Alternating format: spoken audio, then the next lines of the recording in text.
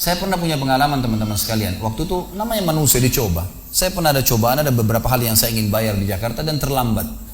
Saya datang mau khutbah Jumat di masjid. Ini bukan masalah riya. Jadi antum bisa menceritakan sesuatu kalau bisa bermanfaat bagi orang dan kontrol masalah riyanya. Fa amma bi ni'mati rabbika fahaddits. Nikmat Tuhanmu ceritakan, hai Muhammad, kalau memang bisa memberikan manfaat kepada orang lain. Dan bukan riya itu kan kalau kita iyakan, kalau kita tidak iyakan tidak akan riya. Makanya Sa'id bin Musayyib rahimahullah pernah berkata, saya 40 tahun sholat, gitu kan? Selama 40 tahun tidak pernah ketinggalan takbiratul ihram pertama imam.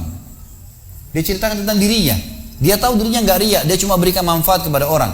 Sementara Nabi SAW mengatakan siapa yang bisa menjaga 40 hari saja, tidak kehilangan takbiratul ihram pertama imam, imam Allah Akbar dan juga Allah Akbar, maka dia diselamatkan dari sifat kemunafikan. Selamanya nggak pernah dusta itu.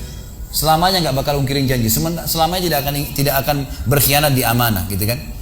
Baik, teman-teman sekalian, saya pernah ada di musibah, kemudian ada masalah yang saya hadapi, lalu saya datang mau khutbah Jumat. Waktu itu masih agak lama, sekitar jam 10:30, jam 12 duhurnya. Saya masuk belum sholat duha, saya masuk masjid, saya sholat. Subhanallah, saya masuk di depan mimbar. Saya yakin tidak ada orang lihat. Lagi sholat, sujud, saya lagi asyik betul. Saya rasakan kenikmatan sujud dalam berdoa itu. Pada saat musibah, beda sekali dengan sekarang. Sekarang saya mau coba nangis, nggak bisa. Susah. Pada saat itu nangis sama Allah, ya Allah mudahin, ya Allah gini, ya Allah mudahin. Kita enak sekali kayak lagi curhat sama Allah gitu. Merasa nikmat, sampai rasanya nggak mau angkat kepala dari sujudnya. Selesai salam, subhanallah, saya duduk sambil mau baca surah Al-Kahfi di hari Jumat. Rupanya antara mimbar dengan tembok masjid ada celah sedikit. Ada satu bapak rambutnya putih sekali. Dia memang jemaah masjid saya, selalu hadir di pengajian di situ. Di sebuah kampus di Jakarta Timur. Kemudian dia masuk ke depan mimbar lalu dia bilang, Ustaz, saya mau tanya, Ustaz sudah pernah susun belum doa-doa yang sering dibaca di khutbah Jumat? Saya pengen tahu dari Al-Quran. Saya bilang, belum Pak, belum susun sampai sekarang. Tapi insya Allah satu waktu kalau Allah mudahin saya susun gitu. Ternyata bukan itu yang dia mau tanyakan. Dia bilang, Ustaz saya mau tanya, tadi Ustaz saya sempat lihat sujud, kok lama? Lagi baca apa Ustaz? Gitu. Saya bilang, enggak Pak, saya lagi ada masalah sama Allah. Saya curhat sama Allah, enak, merasa nyaman, cuma itu saja gitu. Lalu dia bilang, ini seperti peringatan Allah dari lisan dia, dari Allah melalui lisan orang ini. Orang tua sudah rambutnya putih semua, mungkin umurnya 85 tahun, 90 tahun, tua sekali orang ini. Dia mengatakan, Ustaz perlu tahu, saya sampai rambut saya seputih ini belum pernah saya rasakan nikmatnya sujud seperti itu. Saya berharap saya bisa sujud dan menangis seperti itu. Berharap satu kali saja seumur hidup saya.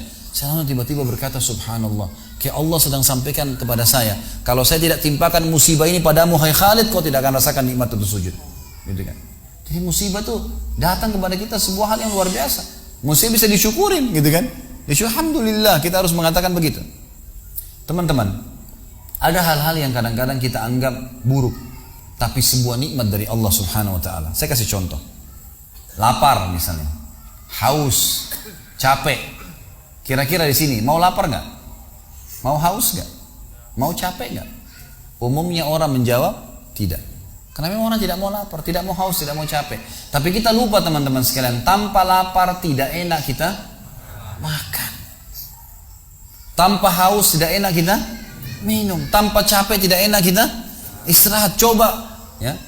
Kalau antum lagi habis makan 2 piring udah kenyang, dihidangkan lagi ayam bakar, kambing bakar, sapi, macam-macam. Masih mau makan? Coba kalau lagi lapar, tempe sama sambal sama nasi, enak gak? Luar biasa. Kalau lagi haus, kering tenggorokan, dikasih air es, minum, nikmatnya luar biasa. Coba kalau lagi tidak haus, Pak mau minum apa? Ibu mau minum apa? Apa ya? Dia sendiri bingung mau minum apa, karena nggak haus. Gitu. Coba kalau haus, air es, minta khusus air es. Gitu. Coba kalau dari pagi teman-teman disuruh tidur sampai malam, malam suruh tidur lagi, mau tidur nggak? Coba kalau kita banting tulang, kerja capek, malam tidur 3 jam, enak nggak? Makanya mulai sekarang kalau lapar, haus, capek bilangnya apa? Bukan adu lapar, bukan adu haus, bukan adu capek. Alhamdulillah lapar. Karena lapar masih enak seperti makan, enak lahap. Harusnya begitu. Jadi Allah Subhanahu Wa Taala memberikan kita yang di mata manusia pun cobaan sebenarnya sebuah nikmat yang luar biasa. Tingkat level tertinggi teman-teman adalah nikmat ada, alhamdulillah. Cobaan ada, alhamdulillah. Luar biasa. Semua disyukurin sama dia. Karena dia tahu bagaimana Allah sangat sayang dengan dia. Bahkan kata Nabi SAW, Inna Allah idha habba abdan ibtalah. Allah kalau cinta seorang hamba, Allah akan mengujinya. Allah uji dengan ujian, gitu kan? Jadi ujian itu akan membuat dia lebih dekat dengan Allah Subhanahu wa taala.